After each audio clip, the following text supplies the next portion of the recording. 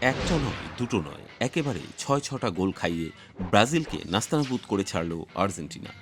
দক্ষিণ আমেরিকার অনূর্ধ্ব-২০ চ্যাম্পিয়নশিপে আর্জেন্টিনা ও ব্রাজিলের মধ্যে এক উত্তেজনাপূর্ণ ম্যাচ অনুষ্ঠিত হয়েছে, যেখানে সেলেসাওদের ৬-০ গোলে বিশাল ব্যবধানে পরাজিত করেছে লিওনেল মেসির উত্তরসূরিরা।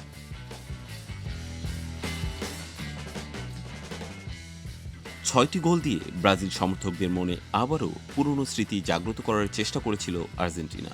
২০১৪ সালের বিশ্বকাপের সেমিফাইনালে জার্মানির কাছে ৭ গোল হজম করার পর কম হাস্যরস হয়নি ব্রাজিলকে নিয়ে। তাই চির প্রতিদ্বন্দ্বীদের কাছে ৬ গোল হজম করার পর হাঁপ ছেড়ে বাঁচার অনুভূতি নিতে পারেন ব্রাজিলের সমর্থকরা, নইলে যে ফিরে আসতো ১১ বছর আগে সেই 7 আপের দুঃস্বপ্ন।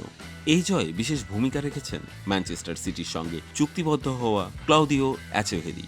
তিনি ২টি গোল করেছেন। এছাড়া ইয়ান সুবিয়াবরে, অগাস্টিন রুবেট্রো ও সান্তিয়াগো হিদালোগো একটি করে গোল করেন। তার মধ্যে একটি গোল ছিল আত্মঘাতী। দু দলের মধ্যে সমর্থকরা হাড্ডাহাড্ডি লড়াইয়ের আশা করলেও ম্যাচটা ছিল একেবারে একপেশে, যেখানে আর্জেন্টিনা পুরো ৯০ মিনিট আধিপত্য বিস্তার করেছে। তারা ৬৩% সময় বল দখলে রেখে ১৩টি শট নেয়, যার মধ্যে ৮টি ছিল গোলমুখে।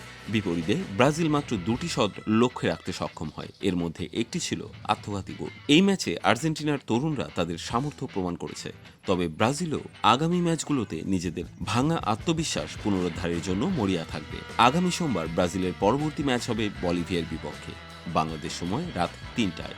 আর আর্জেন্টিনা মাঠে নামবে কলম্বিয়ার বিপক্ষে, যা অনুষ্ঠিত হবে ব্রাজিল ম্যাচের ২.৫ ঘন্টা পর।